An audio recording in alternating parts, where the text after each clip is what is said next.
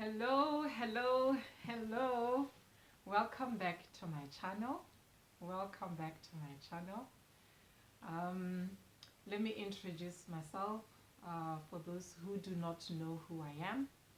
My name is Mokabo Wakajeso. I am a child of God, first and foremost, who is a financial and business consultant for a company called Okedita Consulting, which specializes in helping entrepreneurs and organizations and governments to achieve their goals. So today we're going to talk about part two of being economically active. And specifically, I'll be talking about the undergraduates. Um, I mean those who have not graduated. If you have found yourself to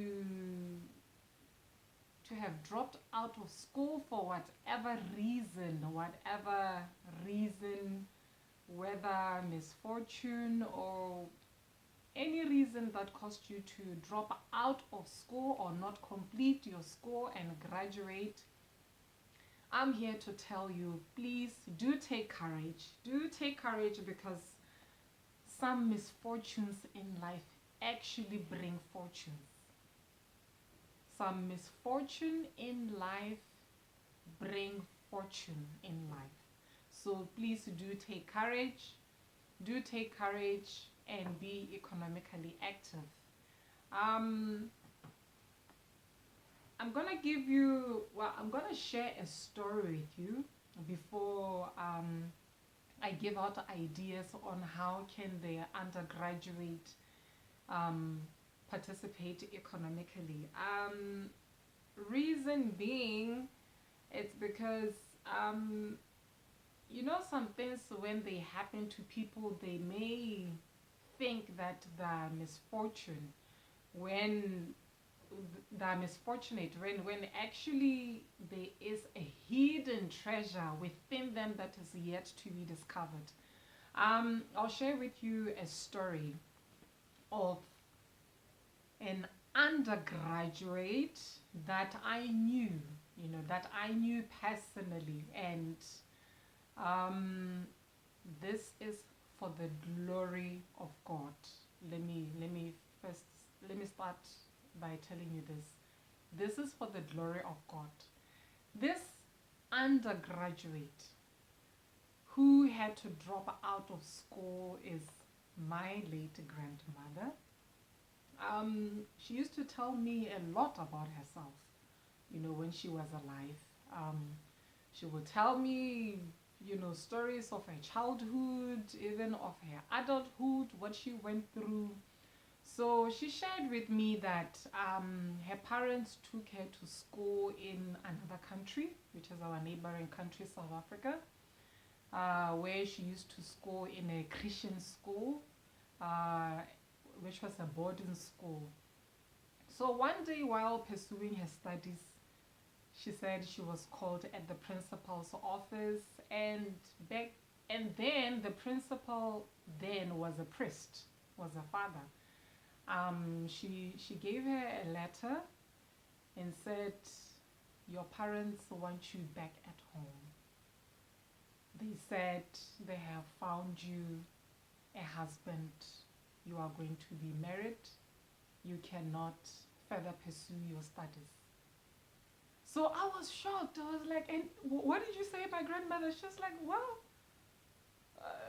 I was told by the priest I had to obey, and I was like, what about the priest? Didn't he intercede for you? She was like, well, she received a letter from my parents. He received the letter from my parents. He respected their wishes, so he could not interfere. So he told me to go pack my bags, and they arranged for my transport. So I went back home. So I asked her, so what did you learn at school? She told me, well, at school I learned how to read, I learned how to write, I learned music, I learned so many things. And then, back then, only the priest had a Bible. None of the the students had the Bible. It was as if a Bible was not a common thing. Only priests had it. And whenever the priest preached, you had to listen very carefully because you're not going to get the word from anywhere else. You just have to listen carefully and keep it within yourself. So I asked her, how did it pan out then? She's like, well, I went back home and then I got married. Now let me fast forward to the story. She got married to my grandfather, who was a police officer. It happened that at my grandfather's work, they needed a secretary.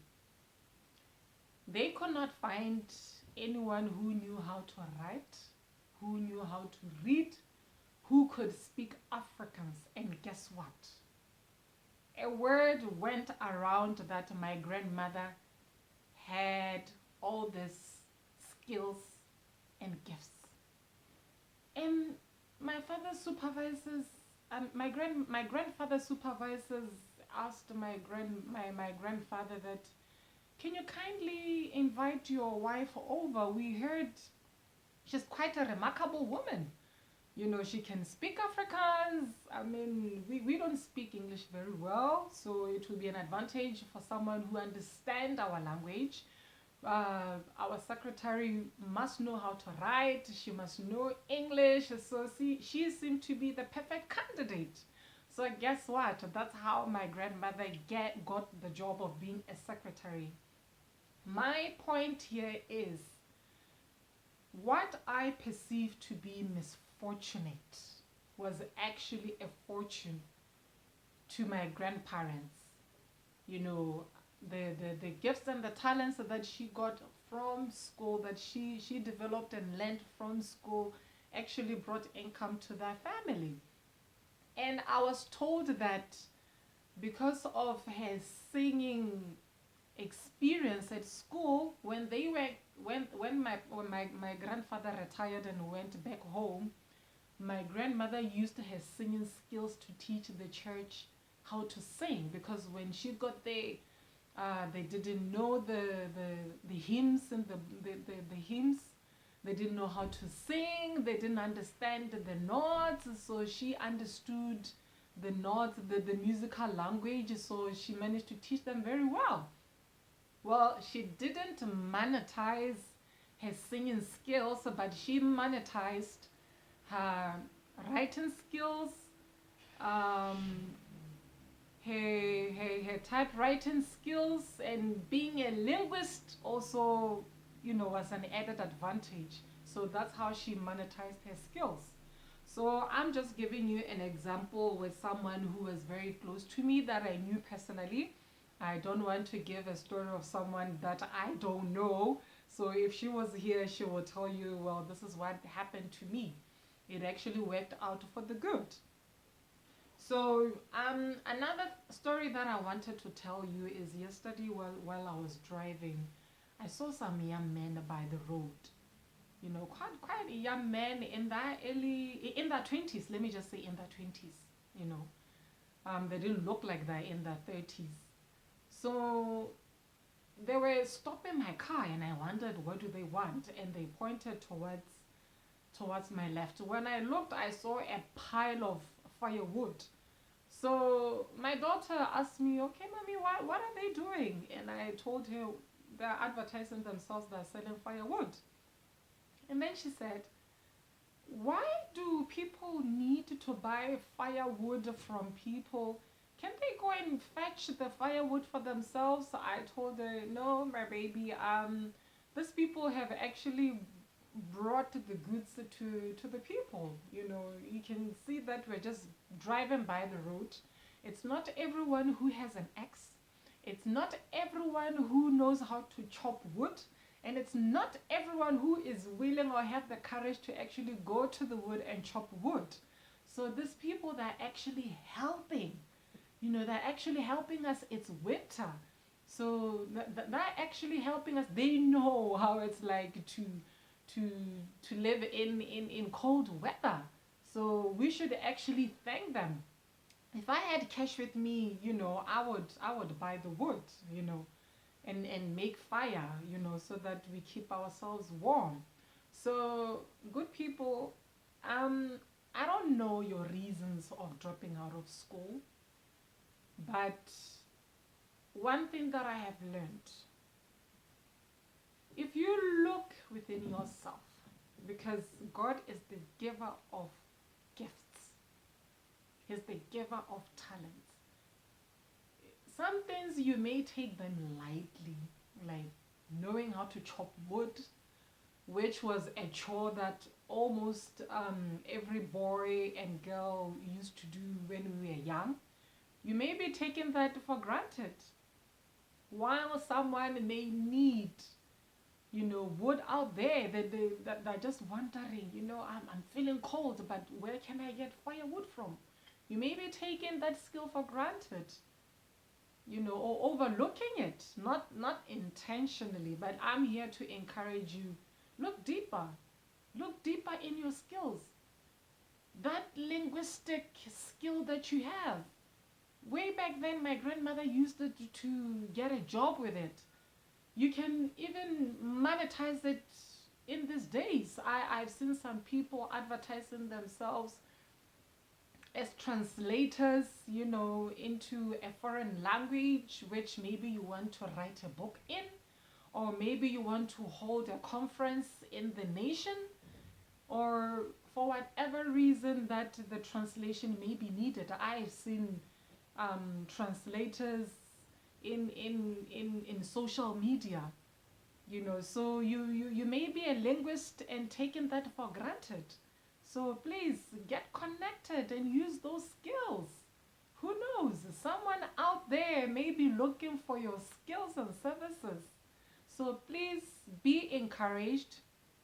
Don't just look yourself as a dropout from school, as an undergraduate, because the rate of unemployment nowadays is just so alarming that we cannot afford to be discouraged and count ourselves as undergraduate and misfortunate. No, we cannot. Please take courage. Use those skills and talents that you have learned when you were given chores when you were young.